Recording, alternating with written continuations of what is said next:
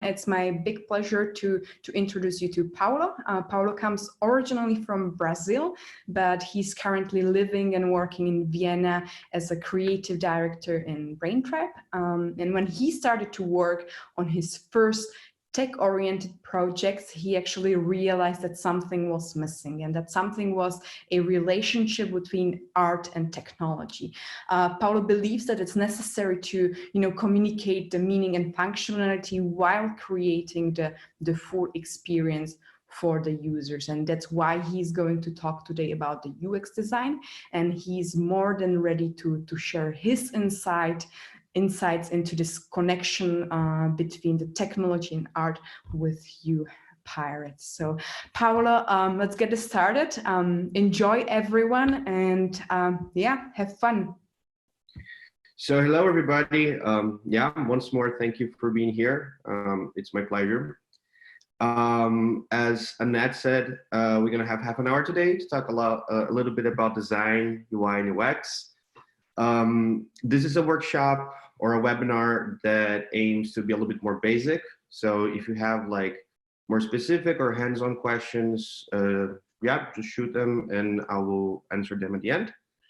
And if you never heard about design or UI or UX, this is also the right place, because I'm gonna start with the basics and then we go with the processes, and maybe if we're in the mood, we're gonna have some dad jokes, okay? All right, I hope everybody can see my screen. And if not, Annette, just let me know. But yeah, as Annette mentioned, my name is Paulo. I'm from Brazil. I design for money. That's one of the biggest things about me. And design for me is a little bit of a blurred area. Like my background is actually from arts. I come from a kind of an artsy family. My dad is a musician and all my brothers were musicians, and I could not be a good musician, so I started to do my own drawings, and I kind of engaged into this area through the illustrations and through paintings. Then with my work in technology, I was able to align this art background with technology.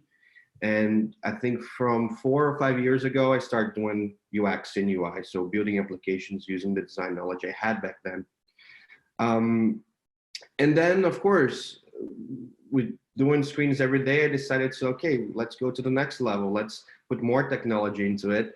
And then we start doing weird experiments, like creating weird Instagram filters for everybody. So that's more or less what I do nowadays, and basically what I'm passionate about. And I hope I can transfer that to you. Also, one important thing to understand is every good artist have also very excellent references. And I want to share some of mine with you in case you need somebody to look above and get inspired. So the first one is Mr. Rams, of course. He's one of the most influential functional designers of all time. You can see on the top right that companies like Apple love his simplicity and his design. He worked for a company called Brown for many, many, many years. He created this like radios and sound systems that have this beautiful 60s kind of feeling. And he's a person that goes above and beyond for making something extremely functional, durable, and beautiful. So for me, it's a great, great reference that functionality always should come first, and simplicity always also should come first. You should not have two firsts, but anyway. My second reference is Gonzalo Cárcamo. He was my watercolor teacher. He is an extremely talented artist from Chile. And what he taught me and what I can see on his pieces is also, again, the lesson of simplicity. A very good example was he told me that you don't have to use all the details or explain something using all the details for somebody to understand. So if you look at the face of the man in the painting, you know that the eyes are not there painted or the nose is like very well painted, but you understand that they should be there and you understand that that's the face. So a lot of what he taught me, I applied today in design by not telling the whole story to the user, but allowing them to also understand the story by themselves, because then they become part of the application. Also very good work, check him out. And my third influence is Margaret Calvert. She is amazing. She is basically the person that created the language for what we see today on the streets as visual signage. She did this for the UK. First, they redesigned the whole traffic system, and she's just a master in terms of simplifying symbols and doing that in a time span that if you're driving, you have like, I don't know, 1-2 seconds to understand a message, and she did that brilliantly. So it's worth to check it out. All right, without further ado though, let's talk about UI and UX. I really like topics that always have like acronyms and you don't really understand what the word means. So I try to attempt to explain them to the best of my knowledge, right? So UI means user interface and UX means user experience. Just with those two words, I mean, we still don't have a lot of the story, right? So I can tell you that user interface is basically how somebody interacts with it, right? So a user interface, the user experience is how somebody interacts with something, where the interface is the media that this person will interact. Example number one, a user interface without a user experience is like a painter just putting a lot of paint into a canvas without thinking. That becomes abstract art. It's beautiful, has a lot of colors, but I have no clue what it means. So if we do the opposite, if we just put user experience without an interface, it's basically you create a frame of a sculpture, but there's no paper mache on it. So you understand what it should be about, but it's not really visually appealing, right? It's more, yeah, maybe it's kind of unfinished right now. So in simple words, UI is the pretty part and UX is the functional part. So in my area, as a designer, as a visual person, I always have a craving to start with the visual part first, because that's easier, that's more natural for me. But the first rule is you start with the experience. So you start, what is my user or what is this application should do? And then once you're sure that it's doing what it should be doing, then you start working with the interface, at least from a conceptual planning, okay? So having this in place, the main thing when I start to work, like my first go-to things are the three questions. How do I find out if my user experience is meaningful? How do I find out if my application actually makes sense? And it's basically asking the cliche, why am I doing it? How I'm going to deliver it, and what the person will get after they go through the set of actions that I proposed. To get this a little bit more simple, let's go for an example. So we have the hungry subject A.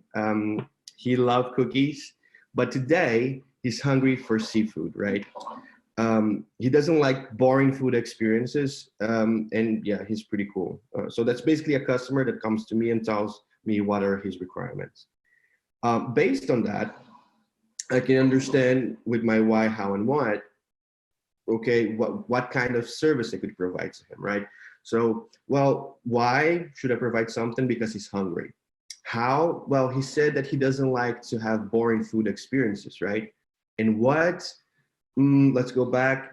He's hungry for seafood. Okay, so I should deliver the seafood part. All right, so with my whole design mind, I would just go and create the most beautiful plate of shrimps and fish that I can imagine.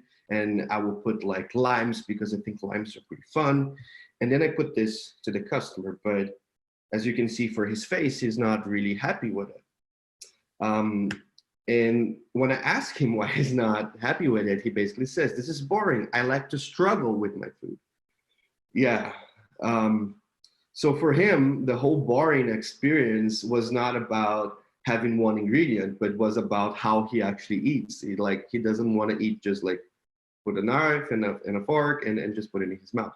Then I fix, and I'll give him basically a crab with a knife, and he loves it because now he has fun and he can fight with a crab. He's a weird person. I mean, Cookie Monster, but yeah, it is what it is, right? So out of this example, we understand on this structure that it's so important to ask and to fine tune this process of the why, the how, and the what, that even if you write it the first time, again, you're gonna iterate this and you're gonna have a second and maybe a third draft of that. But still, now we know that he's hungry, he wants to struggle, and he wants to struggle with seafood. Okay, so lesson one, get to know your users.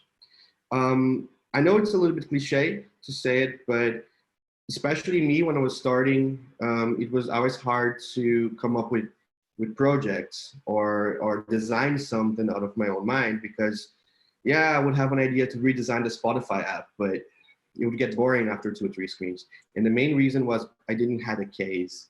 And if I didn't have a case, if I didn't have a why, how, and what, I could never ask those questions. Even if I establish what I want to do, I can get to know what I want through this process of the why, how, and what. All right, next thing, let's talk a little about user interface, what it is, right? So user interface is basically the difference between having this 90s looking remote control and this Apple TV simplified control. Is a difference because first, it's a matter of time. So we know that those designs were separated by time. Maybe the design on the left is 5 to 10 years older than the other one. But also is how smart they are on the right to take, like, I don't know, 30 buttons you have there and just simplify that to 1, 2, 3, 4, 5 buttons. Normally on the Apple TV remote, you can do more than one action with a button, like with this touchpad, you can click, you can touch it, you can zoom. Where on the left side, it's kind of dumb because you just have buttons. And then if you need one more feature, you have to add the button. And sometimes we don't even know why they have so many buttons. Sometimes you click buttons and they don't make anything, but the buttons are there, and that's bad UI, okay? Another example is websites. Here are 2 websites doing exactly the same service. They rent cars. The website on the right, super clean. They rent cars for $99 a day. It's probably a Mercedes, and it's like high end and it's modern, like, yeah, looks trustworthy. And on the left side, it looks much more amateur, but much more fun, right? Like you have Lynn's cars.com, and she said, twist and win my lease cars. Hi, I'm Lynn from Dragon's Den. I lease cheap new cars. The thing is, her message there, it's very clear. Although it looks extremely cluttered, she's saying that she leases cars, that they are cheap, and I'm pretty sure that somewhere there's a picture of the cars. The point is, this is how you communicate with your customers. If you are, for us, in my case specifically, that I come from more Western culture, having these cluttered designs are not really good because, yeah, I like the simplicity, I like it clean. This reminds me of 90s style. But when I travel to Japan, you go to their to the subway or to any store, the designs are cluttered, the messages are cluttered, and that's a style. That's how they communicate. It's more reliable to a certain extent. So with this, there's no wrong or right, but it's understanding who is your audience and which message would work better for them. Maybe Lynn's website is more approachable, where the car rental BE is more like, I don't know, high-end and exclusive. User interface design is also about architecture. It's not only about technology, it's about also the difference between those 2 buildings. You can clearly imagine what is the kind of work being done on the building on the left and what is the kind of work being done on the building on the right. On the left, maybe it's like a government building and it's old and people are really bored and they sit on cubicles and everything is beige for some reason. And on the right side, it's more like, yeah, skyscraper and top view and people drinking coffee all the time from a very bad machine. But still, just from looking at those pictures, I can imagine the whole story behind it, right? So user interface design is a tool that allows you to be smarter, to tell a story, and to channel your audience. UI is around for ages. If you go to Vienna or if you go to any like historical district, normally in the center, you see that they have like this beautiful posh buildings, and that was UI. That was the government or the rich people saying, this is a rich place. This is a place where rich people circle, where it's not for like the workers. You know, this is a place that segregates by its interface. That was really bad when it was done back then. It was a communication skill, but we see how powerful it is that what you're designing, how it looks, it will filter your audience, and not that it's just about your personal preference on that. So that's more or less about UI, because again, being visuals, we always think that we're gonna design what is pretty, and we don't design what is pretty. And then we also think that we're gonna design simplicity. Also, it's subjective. One more example is this, right? This is very popular. You go to Dribbble. Dribbble is a great website that every designer goes to get inspired or steal. I always do that because it's actually good to see the work and incorporate ideas. But this is very like 2020, 2018 kind of design. It's simple, it's very clean, it has like animations and so on, but there's no button shape. There is no really based on reality elements. And if my mom would use this application, probably she would be like super lost. She'd be like, where do I click? This looks like a picture for me, right? For us that are more like digital natives, this is easy, but for my mom, maybe it's not that easy. For her, it would make much more sense to see an application like this because it represents a shelf. And a shelf, you have a magazine, and then if you click on the magazine, probably you get the magazine, right? So again, this is so much more approachable. Maybe for us, it's a little bit boring because we already know, we understand how it works. But again, user interface is about making your audience, if your audience is an older person or is a kid or is me, understand what you want me to do, okay? And make it visually the most clear thing for me. So how do we make good UI? I mean, I'm bragging a lot about it. I'm saying how important it is. So I at least can share you some of my design tips. First rule is the rule of thirds. Okay, this is design 101, not UI, not UX, but design itself. There's this thing called the rule of thirds. The rule of thirds is basically when you take a picture and you divide that into 3 parts horizontally and 3 parts vertically. Now it's vertical, yeah. And then the intersection forms like these 4 points. And according to a study, these are the points that we tend to look more on a picture. Like for some reason, our eyes are driven to more like around these 4 points on the screen. An example of that is you see this picture, where's the mountain? The mountain is here already in one of the quarters. I changed the picture. What do I have on one of the other quarters? A dog or a wolf. I change it again. I have a couple. Their kiss, that is the main thing of this whole picture, is on a quadrant. And then we have their bodies kind of staying here. It's closer to the other quadrants. Why do we do that specifically is because, yeah, just to put focus. It's not a picture about the beach. It's not a picture about a couple. It's a picture about the kiss.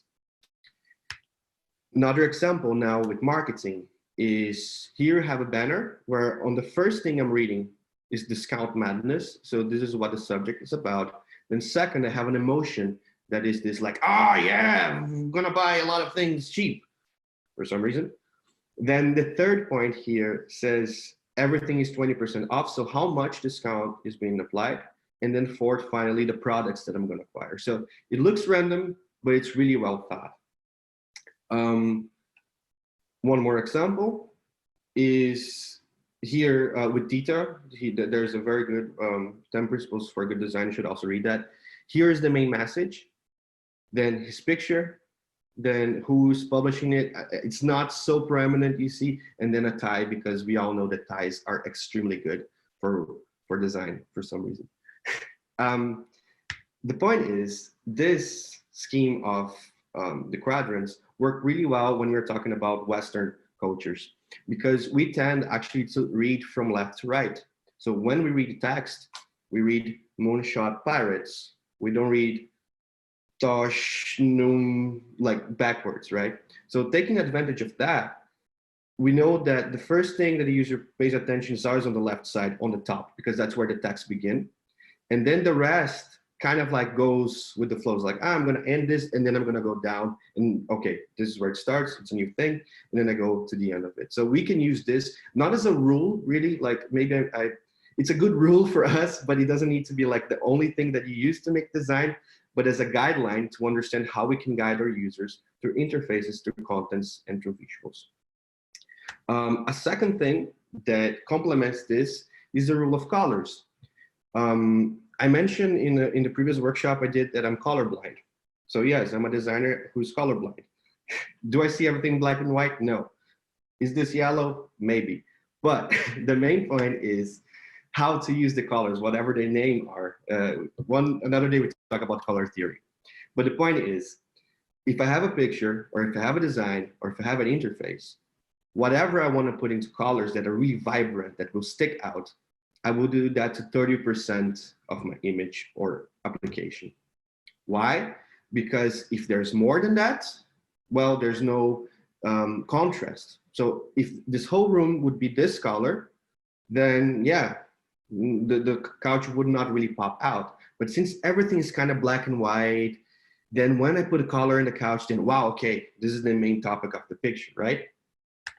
Second example, going back to that slide, if I shift the color, this red, from the text and put in the red on him, we already see that our brains start to do this weird thing that even though we have the priority, for some reason our eyes really are dragged like to this red area. Why? Is because again, those rules, they just complement on each other. So even though I know I'll read this, but I know I'm gonna keep looking here. Or here, I could also emphasize that it's just 10 principles, that maybe 10 is a very important number, okay? So for designers in general, for doing applications, there are very cool tools. Like if you Google like Google color palettes, you're gonna find websites that allow you to do those things. And you're always gonna notice that here they have these primary colors, they should be your 30%. If you do a screen and you do the whole thing purple, then this will be your background color. And then you need another primary color to put on your buttons or to put on your headlines. Things that if you sum up all the parts you did, is just 30%, okay? We can share some links later on this, but again, just Google color palettes. You're gonna find lots of tools to help you do this. And now the kind of the final thing is, for today, is the process. It's like, okay, knowing those two things, how do I create an application? How do I design an application? So the first thing I do is I wireframe. It should be written wireframe and not W. I'm sorry for that, I didn't fix it. But this goes back to the user experience part I mentioned, right? I do the design the ugliest as possible. I don't want anything beautiful on it because that will be distracting. And I sit down with my customer and we just try to put like all the features that we want screen by screen. So for instance, now we're creating like a Facebook chat kind of thing. And then we sat down and we said, look, it needs to have a place where you can write the text. It needs to have a button to send the text because I'm gonna be talking with a person. So I need to see the name of this person, maybe the time that I send the message itself. And I also wanna be able to see what I sent. I also wanna be able to close the chat and maybe I wanna see the name of the software I'm using. So again, doing this, you can do that with Keynote, you can do that with Google Slides, you can do that in a piece of paper. I don't care. But whenever you're in the first stage, just do it like this. If you start putting design, people will pay more attention to the visuals than the actual things you have to do. After you do this first part, then we go for the visual communication. Remember what I said about the buildings? So this is more or less where we try to understand who is our audience, what are the colors that we want to use, how to represent our brands, what will be the most effective triggers to make somebody click on something. So for instance, I'm gonna put the close button as red because I know that red is a common associated color with closing. I'm gonna put my button in a different color because, well, I have blue here, so I'm gonna put this different color so it creates contrast. I'm gonna highlight where the text is because I know that this will be the primary eye catcher for my audience. Maybe here's a little bit too prominent, but I know that the text is equally important. Maybe we need pictures, but now is the part that I'm sure that my user interface and my user experience works, and now I can just fine tune it. And the third important step that very people stop here, like on the visual communication, is simplify. So I always do as an exercise is I take a look of what I built and I try to remove as many things as I can until the point that it's almost on the verge of breaking. Like here, I still have everything that I need. I still have the close button. I still have the messages. I still have the time, but I don't have the name of the user here because it will repeat. As soon as you send a second message in this case, yeah, I don't need to see that there's an angry crab again. I know that I'm talking to him. So therefore I can put this on the top. I also don't need to know my name. I know if this is my message, I know who I am. I don't need to have my name here or my picture, right? I don't need a box to understand that I can type here. At least for me in this case, I can be more straightforward. And in this, also, if this is so simple, I don't need a big color because it's convention that on the right side, there will be a send button. So it's very important that everything you do, you try one more round to simplify it. Because then we go from the verge of like, am I a designer who's just putting things because I think it's pretty? Or am I a designer who's just putting things because they're necessary? And always as a designer, go for the necessary. If you want to do something pretty, go do your drawings, post on your Instagram, share with your friends, but don't do this on your work. Love your work, but the designer should be functional. And then we use our common sense and visual skills to make things pretty, okay? Before we go to questions and that, then I told you, you wanted that joke, there you go. Is you can say that the user interface is like a joke. If you have to explain it, it's probably not a good one. So this is also a very cool quote that if you have any customer that wants you to like write documentation about their apps or want you to write a really long book on how to click on a button, just say, dude, if you don't understand it, probably the UI is not that good. Then we should go back and work on it. And that's it for now. Annette, did I do it good so far? You did great, Paulo. Cool. Thanks a lot. Thank you for the insights. Also, we were talking before starting the webinar with Paulo, actually, that Paulo might do even another session because it was very basics. So guys, feel free to give us your suggestions, whether there is something you would like to learn about the UX design or about arts, and yeah, we are happy to hear that. We have a couple of questions coming up. So Paulo, I hope you are ready. Let me check. Jana is writing, if you have any good websites to learn more about the UX that you could recommend, Paulo. Sure. Basically, well, there's two things, right? Actually three. Let me share with you. One, I don't know if I share my screen now, it's just some keynote, right? But, well, I'm gonna say it and then you all can write it. First one is go to Dribbble. So Dribbble is D-R-E-B-B-B-L-E, 3 B's, I think. It's a very good website for seeing the works of other designers. And I learn nowadays a lot by seeing interfaces and applications that I like. And then I try to understand how they were built by myself. So I try to like copy them and learn like why he used this shadow, why she used this font. This is my first thing that I do. Second, you can go to YouTube. Lately, there's a lot of very good YouTube channels. I cannot really recommend anyone from the top of my mind because I just watch on point things, but really go on UI, UX basics on YouTube, go on design, people making posters, people making, I don't know, book covers. It's really interesting to see how they work. And the third that is more formal is there's a website called Domestika with K. And I think it's a Spanish learning platform where it's mainly focused on design. I did some courses there already from like typography to layout. And it's the same as Coursera, as Khan Academy. It costs like, I think, I don't know, $10 a course, and then you have a video and then you do the exercises. But this is also really powerful for me to really learn about UI and UX. Awesome, thank you, Paulo. Thanks a lot. We will also collect these things. Before I ask you a next question, can you please just stop sharing your screen? Sure, of course. So we see your beautiful face. There we go.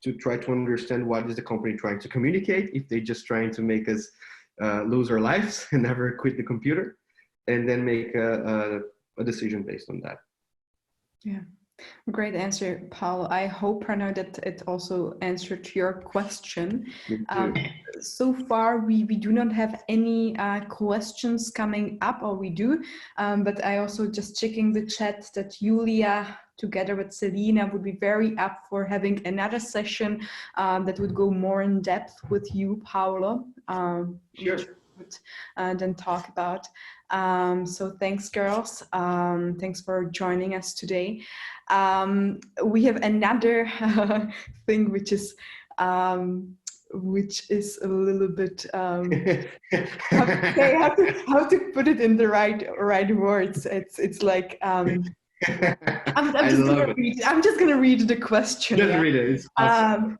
Who is more important in app development project, developer or the UX or UI designer, Paulo? Obviously the designer, people. Come on, I'm a designer. I should be the star of the show. What are you talking about? No. I think the most important person is the project manager and the product owner. Those are the most important people because they will know how to use the designer and the developer in the best of their extents. Okay. And you need both. So you don't want to compromise? Okay, that's fine. I don't have to compromise myself. Okay. Also, Pranoy says that thanks for the answer. Yeah. Great. We do not have any more questions coming up. So let me just say thank you, Paulo. Thank you for your insights, for opening the world of UX and UI design for us today, and for all the attendees that joined us today from, I guess, all over the world, which is amazing. Thank you guys for being with us today. Thank you for being open to learn new things. And thank you, everybody. Stay safe and don't leave your houses unless it's necessary. Bye-bye. Take care. Bye.